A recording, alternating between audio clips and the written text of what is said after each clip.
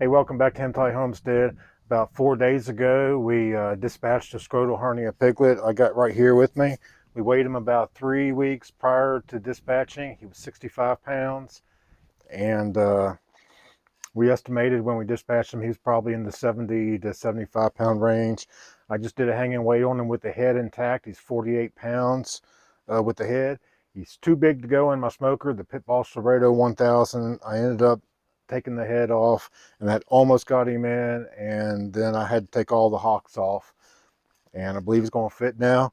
I split the pelvis right here, which was really easy, just a few easy strokes with my knife, and it broke right out.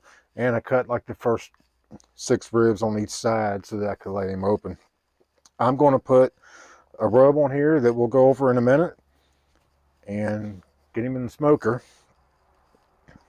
What we found on this guy, he was a scrotal hernia cull, and I was expecting to find intestines in the scrotum when we got him out, and we didn't find any intestines in there. What we found was the testicle on his left side had not made it through the hole where it goes down into the scrotum, or before it started to close back up.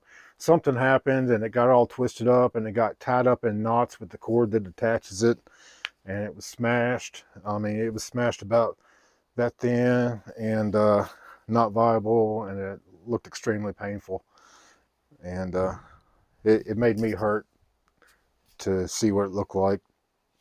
It sent chills down my back, so it kind of reinforced for us that we knew we were doing the right thing here. The piglet cannot live like that. It can't be used for breeding. There is a surgery that can repair scrotal hernias, but in this case it would have just resulted in taking out a testicle that was smashed up and basically not alive anymore. That's not cost effective for raising Kunekune pigs. Still couldn't have bred beyond that point, and so we had to make the tough decision to cull it, and that's what got us to where we're at right now. So I'm going to start working on my smoker, get up to temperature, and we'll smoke this at 250 degrees, and we'll be right back. All right, I just about got the Pitboss Laredo 1000 ready to go. For this smoke, I'm using 60% Pitboss competition blend and 40% Pitboss hardwood apple blend. And this apple pellet, first time I ever used it, just smells amazing. I'm also using an apple rub, just using Grill Mate's apple rub on the pig. I've covered the steer plate in aluminum foil, and the reason I did that because I've been having some trouble with some hot spotting. My pastrami that we did a couple weeks ago hot spotted on one end pretty bad and kind of burned it up to where we had to trim it off. And definitely don't want to mess up any of this pig. I'm expecting the smoke to take about 16 hours. It is almost 6:30 tonight, so I'm going to run it all night long. I got me a custom-made heat blanket I'm going to put on top of here to, I'll show you what that looks like. And I'll just basically lay it over top like that. That'll help hold the heat in here because it's going to get down in the 20s tonight. I'm going to get up every couple hours and check it. My smoke tube should run roughly 2.5 to 3 hours. Sometimes I get them to run 4 hours, but I don't want to go 4 hours and lose all my smoke. So I'm going to check on those about every 2 hours. Keep the blanket on it all night long. We'll help the Pitboss maintain its temperature all night. And if it takes the 16 hours I'm expecting it to take, then that'll give us a couple hours to rest it after it's done, and it should be ready just in time for dinner tomorrow. All right, there's what the pig looks like. Got nice and rubbed. I'm hoping to be able to lay it on there all spread out like this. We'll see how that plays out.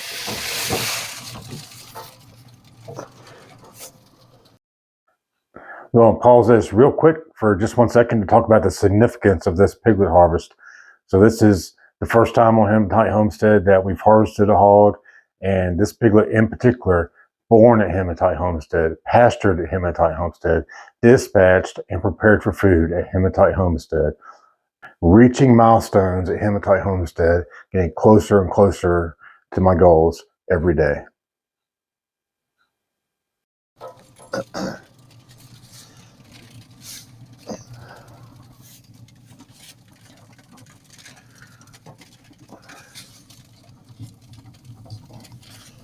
right, I put it meat side down, skin side up.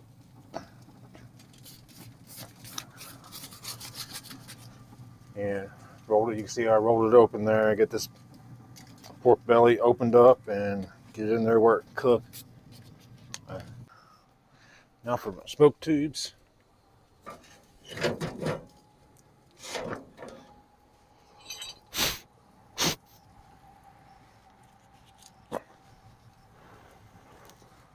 Oh yeah. Ouch.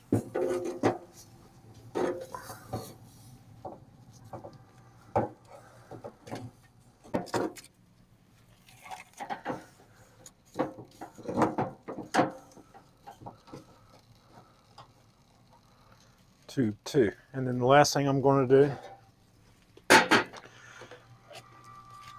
is brush olive oil on this old boy, on his skin. That'll help his skin get nice and crispy and cooked. And I'll do that every couple of hours. I think I might have too much smoke. I'm going to go ahead and let these 2 tubes run this time. And when these 2 tubes run out, I might adjust a little bit.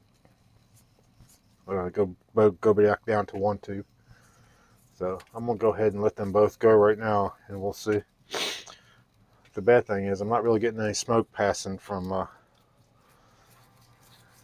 the meat side. It's all skin side, and there's not much I can do about that. So maybe all the smoke I got here will just wow,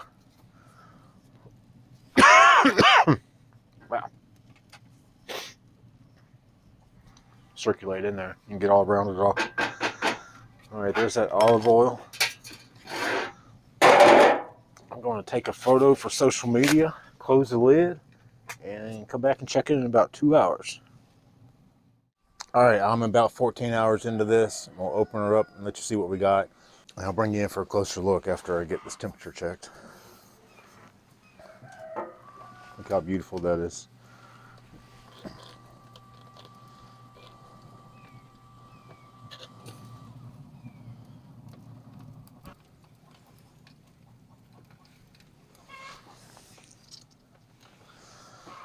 All right, I'm around 190 from here back, and I'm only about 170 up here on the front. I'm trying to get this in the 205 range, get all that collagen broke down, be able to pull it all off. You can eat a loin, medium. I like mine, my loin in the medium range, not so much medium rare, but we want to pull all of this, so I'm going to try and get the whole thing up in the 205 range.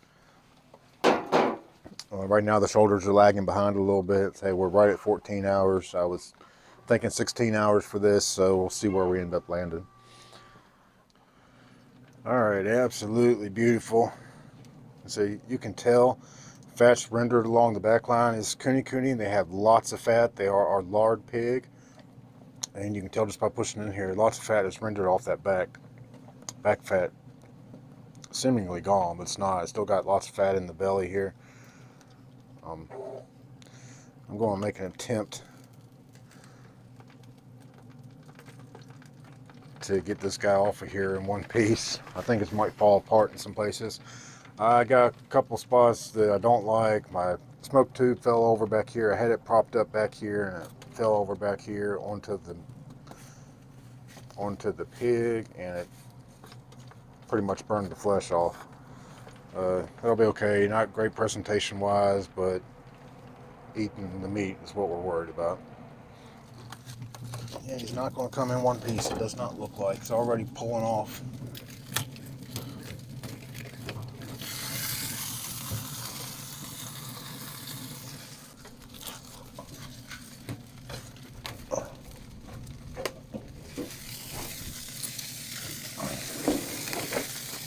Yeah, good.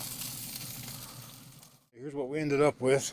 See, this back side must have been rolled up. It didn't, skin didn't crisp up, or didn't get no heat back there. So that's all back fat, belly. I'll probably trim that off and see what we can do with it on a skillet or something. What I'm gonna do now, this is the spot I was telling you about. My smoke tube fell over on him and pretty much burned up this area, and that sucks. But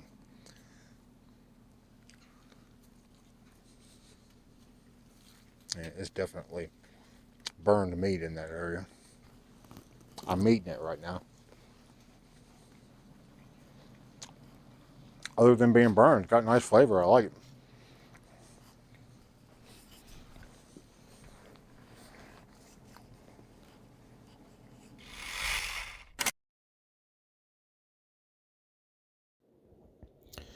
All right, so I'm taking a really sharp knife and just slitting down the back, right at the spine, to peel this skin back.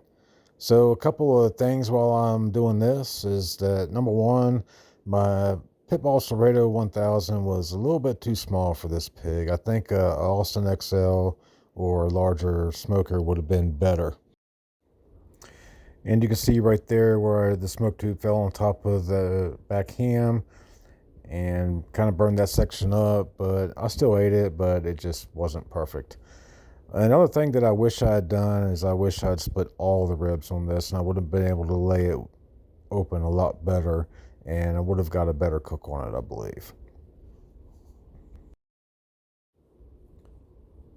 All right, I'm just going to continue working on this and get this skin and belly pulled off of it, and then start working on pulling the pork out of it.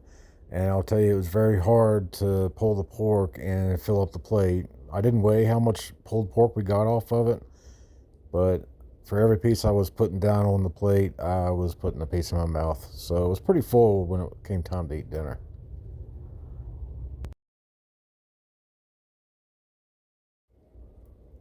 All right, getting down into pulling some of this pulled pork off of here, and there's what it looks like.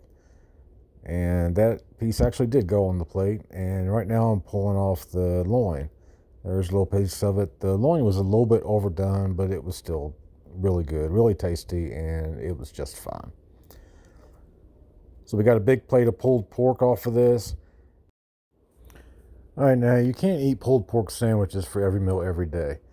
So we did some research and we made a pot of awesome tasting barbecued pulled pork chili. And next up, I made pulled pork nachos. And I did this just the same way as I would any other nacho, but I replaced the ground beef with pulled pork. And it was absolutely delicious. And then finally, Kelly made a wonderfully delicious barbecue pulled pork pizza on homemade focaccia. So there's our whole roaster piglet smoked in the Pitboss Laredo 1000.